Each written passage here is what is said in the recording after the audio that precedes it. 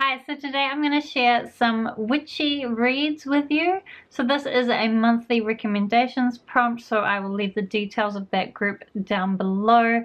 But let's talk about some witchy books that I would recommend. I'm going to start with some of the ones that I think are probably less well known before I get into the ones that I'm pretty sure everyone else is going to put on their list. So I will start with a couple of New Zealand books because I think those are probably the least well known. So the first book I would recommend would be The Changeover by Margaret Mahy. So Margaret Mahy is a very well known children and young adult author in New Zealand, although sadly she has passed away now. The Changeover follows this girl named Laura who has this vision that something bad is going to happen to her baby brother, who she often ends up looking after because her mother is a single mother and is always at work.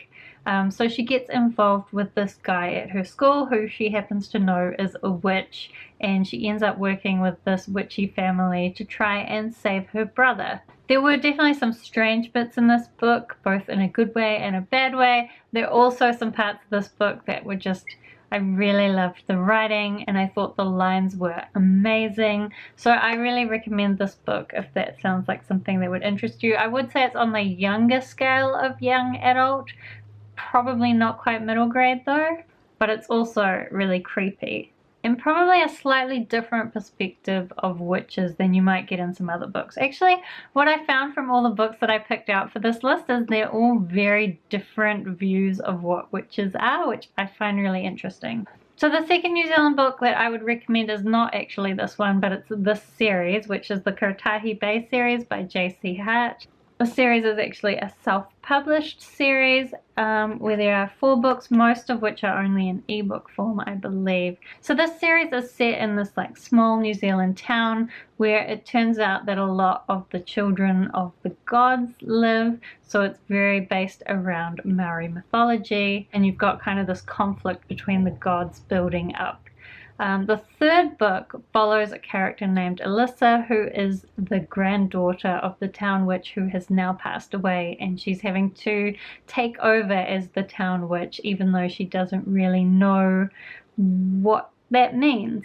For me, there was a little bit too much romance in these stories, but I did think that the overall story was really good, and I really like how it captured that small town New Zealand feel. So if you don't mind a bit of romance, then this series might be something that's worth looking into. So my next recommendation is the Diane Etrigan series by Mercedes Lackey. So to be completely transparent, I read a couple of books in this series like a long time ago, like probably more than a decade ago, and I really liked them, and this is a series I really do want to get back to. I believe this is the second book in the series. This is the only one that I actually have in physical copy.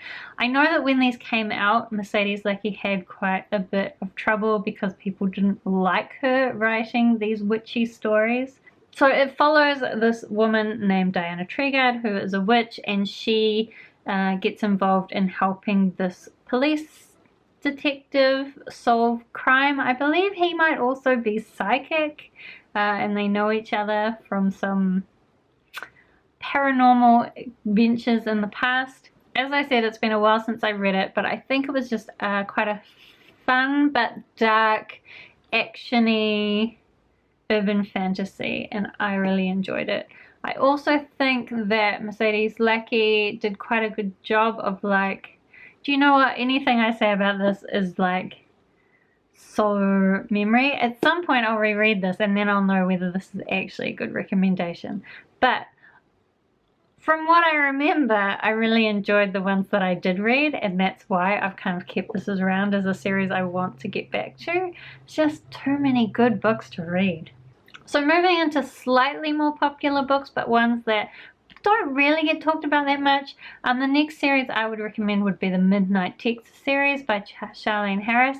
So this is a series that is set in the same world as this Sookie Stackhouse series, which is what the TV series True Blood was based on, although the book series is a little bit different from the TV series, especially as time goes on. But I did feel like the book series got better as it went on, whereas the TV show went the other way, and at a certain point they crossed over. Anyway, Midnight Texas doesn't really have much to do with the Sookie Stackhouse series, although there are a couple of characters from that series that turn up in Midnight Texas. Midnight Texas is this tiny little town out in the middle of nowhere, and you've got a bunch of like quite strange characters who've gathered there. You've got Manfred, who is a psychic. You've got a couple of angels. You've got a vampire, an assassin, a bunch of strange people. You've also got a woman named Fiji who is a witch. But she's also just a really lovely lady who happens to get involved in some of the weird stuff that's going on in the town. I really enjoyed the Midnight Texas series. Mainly I just found that small town really comfortable, and I just loved all the characters. I wouldn't say the murder mysteries in the stories are anything amazing, and there's not any amazing themes explored, but it's just a really fun story with some nice characters to get to know, and I did enjoy the witchy element. I think if you liked the Sookie Stackhouse series, then you will definitely like Midnight Texas, and you should read it. So then another book that got quite a few mixed reviews when it first came out, and that is the Half Bad series by Sally Green. So I think the key thing about this particular book was that a lot of it is written in second person, which isn't that common, although the second and third book pretty much dropped off in that entirely, I think. We follow a guy, what is his name? Nathan, I believe. We follow him. He is a half black witch, half white witch. So society is divided between these two types of witches, the white witch being the good ones and the black witches being the bad ones. And on their 16th birthday, they're supposed to get 3 gifts and develop whatever special ability they're going to have as a witch. But Nathan's mother is a white witch who has died, and his father is a black witch who is considered the most evil witch of all time, and he's kind of on the run and hiding, and Nathan is now kind of in the hands of the white witches. And this story tells about him learning about his powers and his family heritage, both on his white witch side and his black witch side. As I said, this did get a bunch of mixed reviews when it first came out, but I really loved it. I do think there are some weak points in the story, but overall I became very attached to Nathan, and the ending just broke my heart. So I would really recommend this series. Then, to talk about some obvious ones, obviously you've got the Buffy series with Willow being a witch and learning about her powers throughout the series. I think there's even more about Willow's witchy powers when you get to the comic books compared to the TV series. So there's that. Another one I think a lot of people will recommend because it's recent is Undead Girl Gang by Lily Anderson. So I read it. It is a very light paranormal murder mystery type thing where this girl accidentally brings her best friend who has died back from the dead to help try and figure out who killed her friend. Again, it wasn't the most amazing book, but I really did enjoy the Dead Girls. And I have seen people saying that they didn't like the ending, but I quite liked the revenge that gets carried out in the end. I'm trying to phrase that in a way so as not to give spoilers.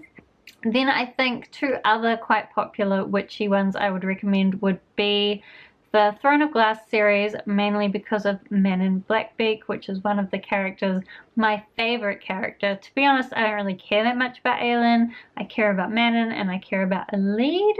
Is that how you say it? Those are the only characters I care about. The rest can die, which they probably will. But Manon Blackbeak and her 13 witches are my favorite. I love that they fly around on dragons and they're just so like badass, but also learning to be maybe good. Maybe. We'll see what happens in the next book.